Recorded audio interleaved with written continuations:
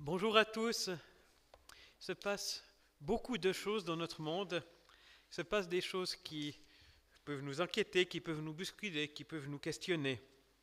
Euh, il y a des catastrophes naturelles, il y a des guerres dans notre monde.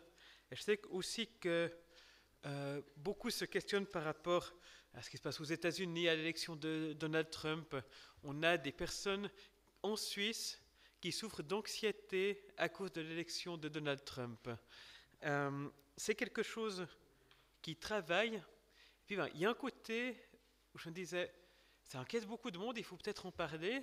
Et un côté où je me disais, mais c'est pas notre rôle en tant qu'Église de faire un commentaire politique, de chercher le pourquoi, de chercher qu'est-ce qui va se passer. Et donc, l'idée ce matin, c'est un petit peu d'en parler, mais de pas trop en parler, d'en parler pour relativiser, pour remettre en perspective et pour prendre un autre regard. Et on va le faire en s'appuyant sur la parole de Dieu, sur un texte des Actes des Apôtres, chapitre 4, des versets 8 à 31. Ceux qui ont pu prendre un memento à l'entrée du culte retrouvent ce texte à cet endroit-là. Donc c'est au début des Actes des Apôtres, c'est dans les premiers temps de l'Église chrétienne. Au chapitre 3, deux des apôtres, Pierre et Jean, ont, par la puissance du nom de Jésus, pu guérir un mendiant, un infirme qui se tenait devant le peuple, devant le temple pour mendier, et qui a reçu une guérison complète.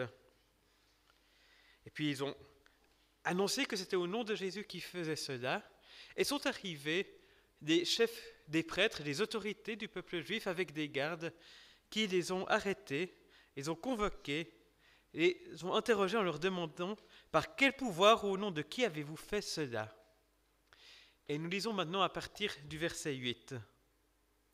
Pierre, rempli de l'Esprit Saint, leur dit, chef du peuple et ancien, on nous interroge aujourd'hui à propos du bienfait à un infirme. On nous demande comment cet homme a été guéri. Eh bien, sachez-le, vous tous, ainsi que tout le peuple d'Israël. Si cet homme se présente devant vous en bonne santé, c'est par le pouvoir du nom de Jésus-Christ de Nazareth, celui que vous avez crucifié et que Dieu a ressuscité des morts. Jésus est la pierre que vous les bâtisseurs avez rejetée et qui est devenue la pierre d'angle. Le salut se trouve uniquement en lui, car nulle part dans le monde il n'a été donné aux êtres humains quelqu'un d'autre par qui nous pourrions être sauvés. Les membres du conseil étaient très étonnés, car ils voyaient l'assurance de Pierre et de Jean, et se rendaient compte en même temps que c'étaient des gens simples et sans instruction. Ils reconnaissaient en eux des compagnons de Jésus. Mais ils voyaient aussi celui qui avait été guéri, qui se tenait auprès d'eux, et ils ne trouvaient rien à répliquer. Ils leur ordonnèrent alors de sortir de la salle du conseil et se mirent à discuter entre eux. Ils se disaient, « Que ferons-nous de ces gens ? Car tous les habitants de Jérusalem savent clairement que ce signe extraordinaire a été réalisé par eux, et nous ne pouvons pas le nier. Mais il ne faut pas que la nouvelle de cette affaire se répande davantage parmi le peuple. Nous allons donc les menacer pour qu'ils ne parlent plus à qui que ce soit au nom de Jésus. » Ils les rappelèrent et leur interdirent catégoriquement de prononcer ou d'enseigner le nom de Jésus. Mais Pierre et Jean leur répondirent, « Jugez vous-même s'il est juste devant Dieu de vous obéir plutôt qu'à Dieu. Quant à nous, nous ne pouvons pas renoncer à parler de ce que nous avons vu et entendu. » Les membres du conseil les menacèrent de nouveau, puis les relâchèrent. Ils ne trouvaient aucun moyen de les punir, car tout le peuple louait Dieu de ce qui était arrivé. Celui qui avait été miraculeusement guéri était en effet âgé de plus de 40 ans. Dès qu'ils furent relâchés, Pierre et Jean se rendirent auprès de leurs amis et leur racontèrent tout ce que les grands prêtres et les anciens avaient dit. Après avoir entendu ce récit, les croyants adressèrent d'un même cœur cette prière à Dieu. « Maître, c'est toi qui as créé les cieux, la terre, la mer et tout ce qui s'y trouve. C'est toi qui, par l'Esprit Saint, as fait dire à David, notre ancêtre et ton serviteur. Les peuples se sont agités, mais pourquoi? Les pays ont comploté, mais c'est en vain. Les rois de la terre se sont préparés au combat, et les dirigeants se sont unis contre le Seigneur et contre le roi qu'il a mis à part. Et c'est bien vrai, Hérode et Ponce Pilate se sont unis dans cette ville avec les représentants des populations étrangères et du peuple d'Israël contre ton serviteur Jésus, celui que tu as choisi pour ton service. Ils ont ainsi réalisé tout ce que, avec puissance, tu avais voulu et décidé d'avance. Et maintenant, Seigneur, sois attentif à leurs menaces et donne à tes serviteurs d'annoncer ta parole avec une pleine assurance. Démontre ta puissance par des guérisons, que des signes extraordinaires et des prodiges s'accomplissent par le nom de ton serviteur Jésus, lui qui est saint. » Et tandis qu'ils priaient, l'endroit où ils étaient réunis trembla, ils furent tous remplis de l'Esprit Saint, et ils annonçaient la parole de Dieu avec assurance. Jean et Pierre sont interrogés au nom de qui ils ont réalisé ce miracle, cette guérison. Et ils ne pensent pas un instant à s'attribuer le mérite, à dire c'est nous sommes très forts, c'est nous sommes très pieux, c'est nous sommes des gens saints, c'est nous qui avons cette puissance. Non, ils le disent clairement, c'est au nom de Jésus de Nazareth que ce miracle a eu lieu. Et ils n'ont pas peur de dire c'est celui que vous avez crucifié et que Dieu a ressuscité des morts. Ils n'ont pas peur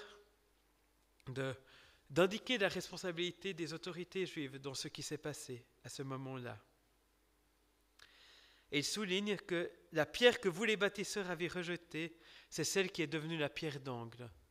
Cette parole de l'Ancien Testament montre que Jésus, qui a été rejeté par les autorités, rejeté par tous ceux qui avaient le pouvoir et l'autorité sur cette terre, eh bien lui est devenu l'élément principal, celui par qui tout tient ensemble. Et il souligne que le salut se trouve uniquement en lui, que nulle part dans le monde il n'a été aux êtres humains quelqu'un d'autre par qui nous pourrions être sauvés. Jésus est le seul qui peut nous sauver. Et je crois que dans ce qui s'est passé aux États-Unis, eh bien, il y a beaucoup de gens qui ont eu peur des changements de société, peur des évolutions au niveau de comment on voit toutes ces questions de genre, toutes ces questions d'identité, peur des migrants, peur des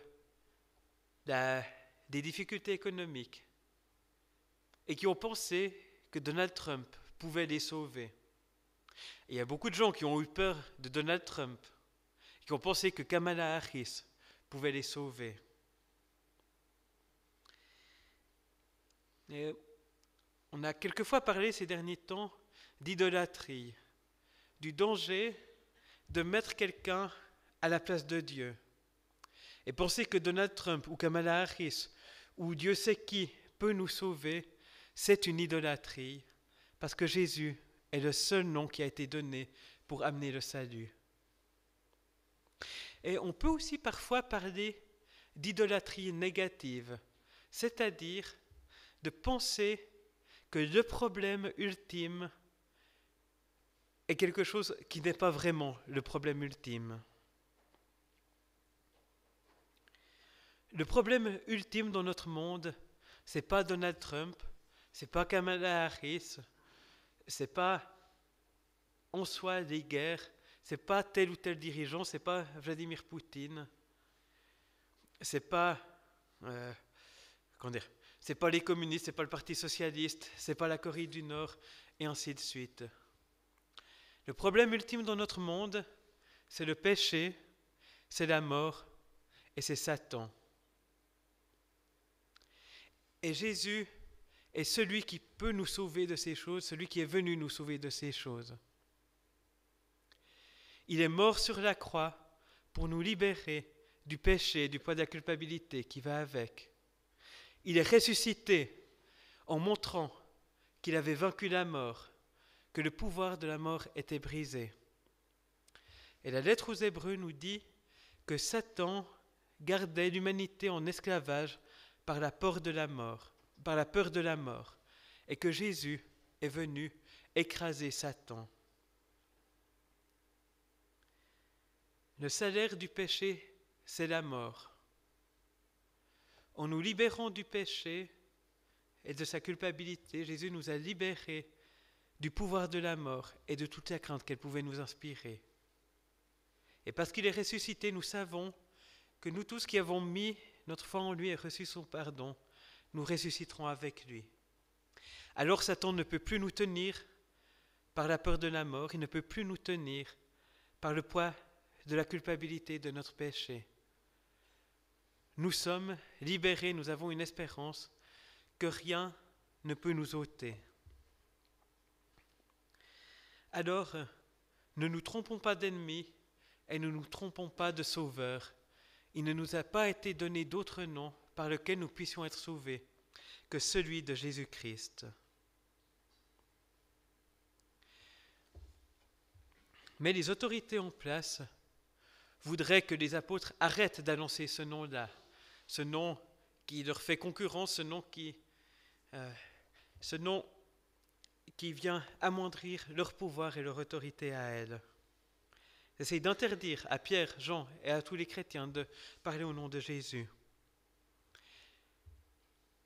Mais Pierre et Jean posent la question en sachant bien la réponse. Est-ce que c'est correct de vous obéir à vous plutôt qu'à Dieu?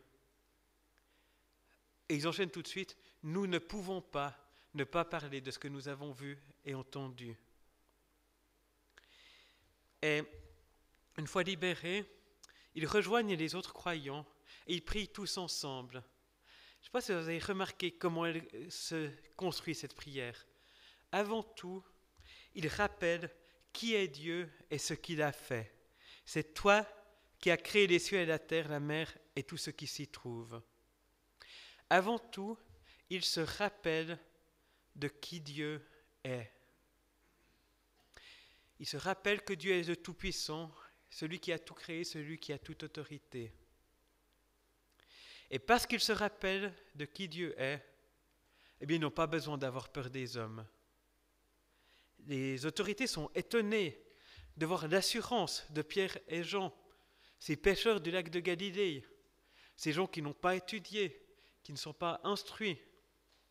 Ils sont face à toutes les autorités du peuple juif, aux gens les plus instruits, mais ils parlent avec assurance parce qu'ils savent qui est leur Dieu et ils savent qui est leur Sauveur.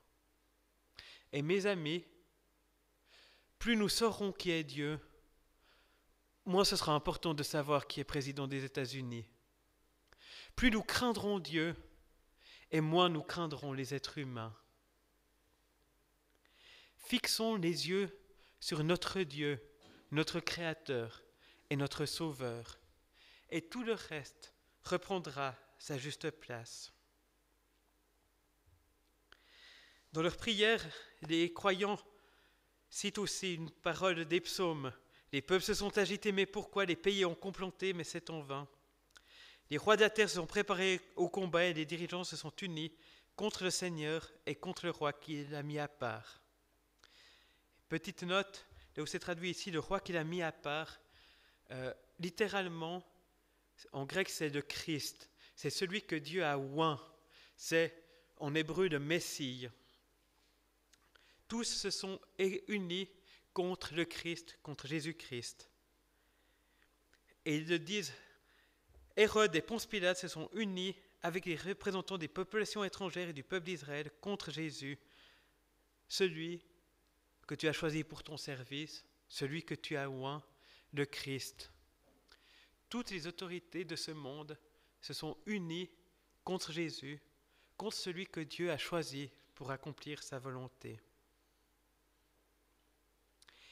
Et pourtant, il continue en disant, « Ils ont ainsi réalisé tout ce que, avec puissance, tu avais voulu et décidé d'avance. » Hérode, Ponce Pilate, les chefs païens et les chefs juifs se sont unis contre Jésus et au final, ils n'ont réussi à faire que ce que Dieu avait déjà choisi et décidé qu'il arriverait. Quand Jésus est mort sur la croix, ce n'est pas une défaite de Dieu, ce n'est pas une défaite de Jésus face au pouvoir des humains. C'est les humains qui ont fait ce qu'ils ont pensé bon en pensant s'opposer à Dieu et qui n'ont finalement accompli que ce que Dieu avait décidé, que Jésus mourrait sur cette croix pour nos péchés, pour notre justification, pour faire de nous des enfants de Dieu. Et dès lors, toutes les autorités de ce monde peuvent s'énerver, s'exciter, agir contre Dieu, agir contre la justice. Dieu reste le souverain et toutes ces autorités n'ont pas de pouvoir pour faire quoi que ce soit que Dieu n'aurait pas décidé qu'elles fassent, n'aurait pas décidé de leur laisser agir, de les laisser faire. Et toute leur autorité ne dure que pour un temps, jusqu'à ce que Dieu vienne établir pour toujours son règne de justice et de paix.